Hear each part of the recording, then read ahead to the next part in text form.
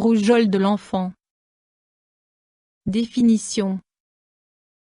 La rougeole est une maladie infectieuse très contagieuse, répandue à travers le monde.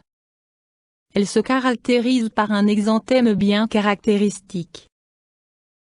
La majorité des enfants n'ayant pas été vaccinés avant l'âge de 10 ans sont touchés par la maladie.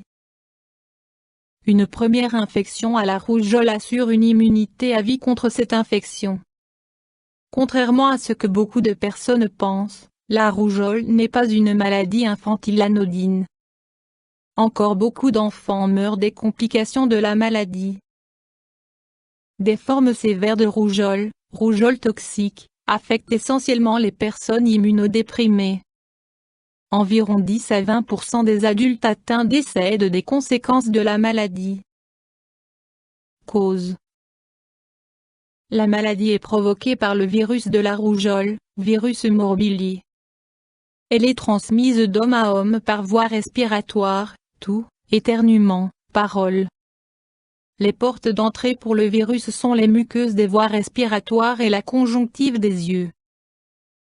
Le risque de contagion est le plus grand à partir de 5 jours avant l'apparition des éruptions cutanées jusqu'à 4 jours après leur disparition.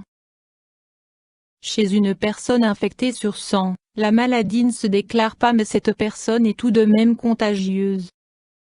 Dans ce cas, l'organisme sécrète des anticorps contre le virus et le patient est ainsi protégé.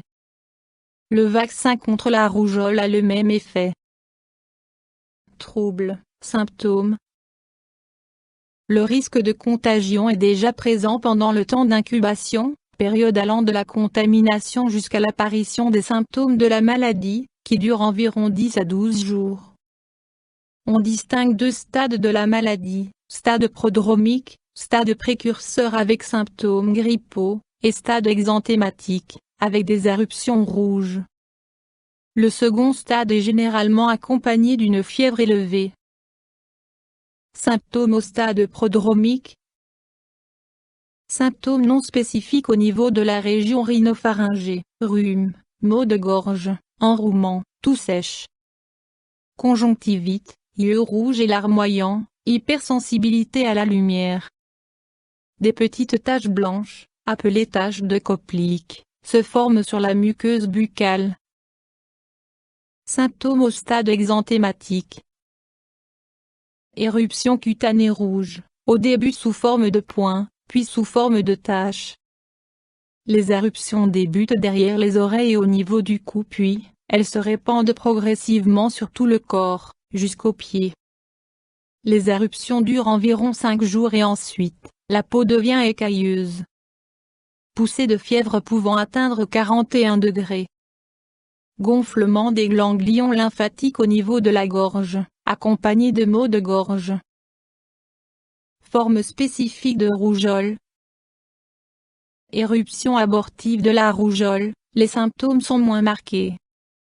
Cette forme peut survenir chez les enfants vaccinés, qui malgré la vaccination n'ont pas développé de défense suffisante contre la rougeole. Rougeole foudroyante, elle est très rare et se caractérise par une apparition très soudaine des symptômes de la rougeole, qui sont accompagnés d'une fièvre élevée, de convulsions et de saignements de la peau et de la muqueuse. Elle affecte principalement les personnes dont le système immunitaire est très affaibli, personnes atteintes du sida. Cette forme peut avoir une issue fatale. Examen, diagnostic.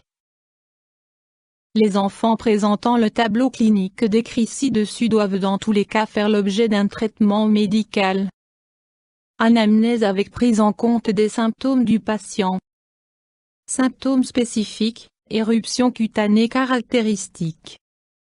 Si le diagnostic est incertain, mise en évidence des anticorps dirigés contre le virus de la rougeole présent dans le sang. On observe également une réduction du nombre de globules blancs, leucocytes. Options thérapeutiques. Mesures générales. L'enfant doit être isolé des autres enfants car il est impossible de savoir comment chaque enfant réagit à la maladie. Repos complet au lit.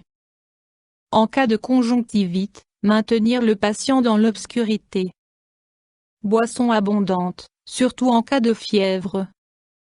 L'enveloppement froid du mollet peut contribuer à faire baisser la fièvre. Repas facile à digérer. Les sirops et les thés antitussifs favorisent la fluidification du mucus. Ne pas administrer de médicaments à base de codéine. Maintenir les muqueuses humides en suspendant des draps humides, surtout dans la chambre. Après la chute de la fièvre et la disparition des éruptions, l'enfant devrait encore se reposer à la maison durant 1 à 2 semaines. Médicaments. Il n'existe aucun médicament contre le virus de la rougeole, seuls les symptômes peuvent être traités. Médicaments antipyrétiques, pour faire baisser la fièvre, sous forme de comprimés ou de suppositoires. Jusqu'au 4e jour après la contamination, la maladie peut être atténuée voire empêchée par l'administration d'anticorps, immunoglobulines.